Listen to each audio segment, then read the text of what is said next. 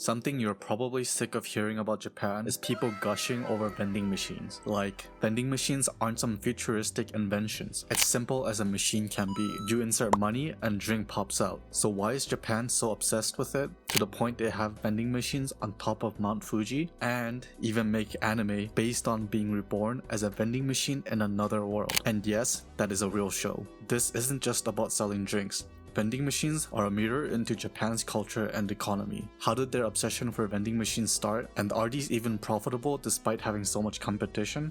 If we define vending machine as something stationary that dispenses a product, then they have existed since the 1st century in Egyptian temples, dispensing holy water. But modern coin vending machines weren't invented until the 1880s, and it wasn't after World War II Japan saw their first vending machines. If I were to include the full history and reason behind Japan's rapid urbanization, this video would get way too long. So just know, concrete plus good plans plus labor and a growing economy equals efficient high-density cities, perfect for vending machines. One of the biggest aspects of vending machines that led to its massive popularity is its straightforward business model. Unlike traditional stores, you don't need to hire employees to manage customers for you. During the massive economic growth era, most of Japan's labor market was already in full demand. So a machine that doesn't require employees and all you need was a place for your machine, electricity, and keep it stocked up. Where there is demand, there will always be a market to fill the demand. And for Japan, it was the perfect combination. Rapid urbanization required intense work culture that left many working long hours and late into the nights. And the last thing they wanted was to walk an extra 200 meters to the nearest convenience store to buy a drink. People are always looking for more convenient ways to solve their problems. Despite Japan being known for having an absurd amount of convenience stores, how can vending machines still be profitable? Because there's no way overworked salarymen are enough to make profit on vending machines sitting in the middle of a random neighborhood.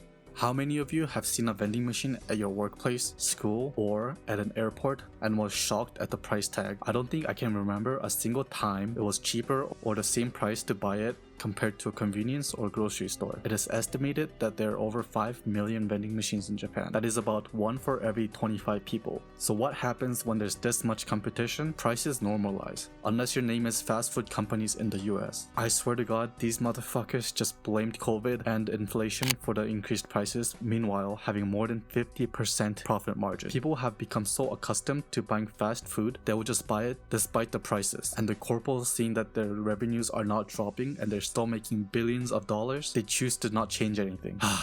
Wait, this video is about vending machines, not about North American fast food. Anyways, many vending machines are often placed between convenience stores, at train stations, office buildings, and touristy areas. And the most surprising part is that they cost almost the same as the nearest convenience or grocery store. I know this might seem like an obvious statement, but for a vending machine to be profitable, the revenue has to exceed the expenses that come with running the machine. I know, this is some revolutionary economic theory right here, but this is an important thing to remember when you see a vending machine out in the middle of nowhere or in between 10 other vending machines. You may think that there's no way that these machines are making a profit, but people aren't charities. They're not that stupid to lose out on money for no reason.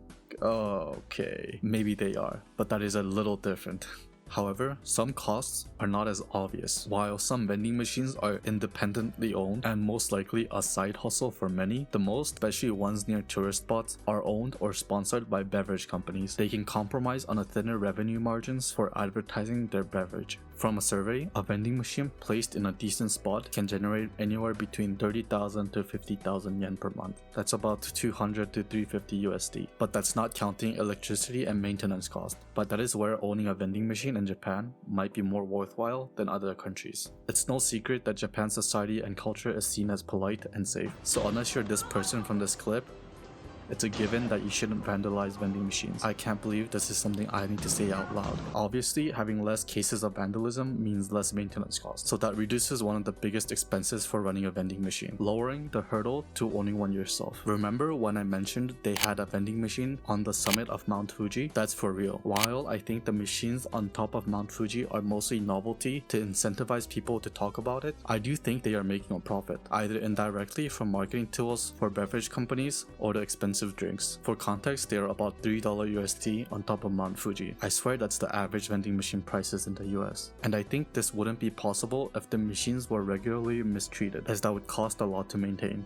Now that I mentioned behavior around vending machines, are there any vending machine spots you saw growing up as a child but doesn't exist anymore? I've seen plenty of spots that used to have a vending machine but are now just sitting empty. I still remember people shaking, kicking, and breaking the glass just for a couple dollars worth of snacks. Ultimately, at the end of the day, vending machines are a business and profits are what matters. That makes you wonder, if you have seen any of these Japanese influencers, you've probably seen these crazy vending machines that serve entire meals. And yes, even these crazy ones make a profit. But like seriously, normal people buy these? Is it not just influencers? They cannot be that good. The vending machine anime on the other hand, this has to be some sick fetish, right? Why does this show even have over 4-star rating? Who the hell greenlit this anime? And who is watching this slop? If this gets a season 2, I'm gonna crash out. Anyways, Japan was the perfect country to popularize vending machine business due to its dense but efficiently designed cities and societal expectations to be respectful. Don't break people's shit, you know? That allowed for a massive growth of vending machine culture, even to the point a vending machine has its own anime. Alright,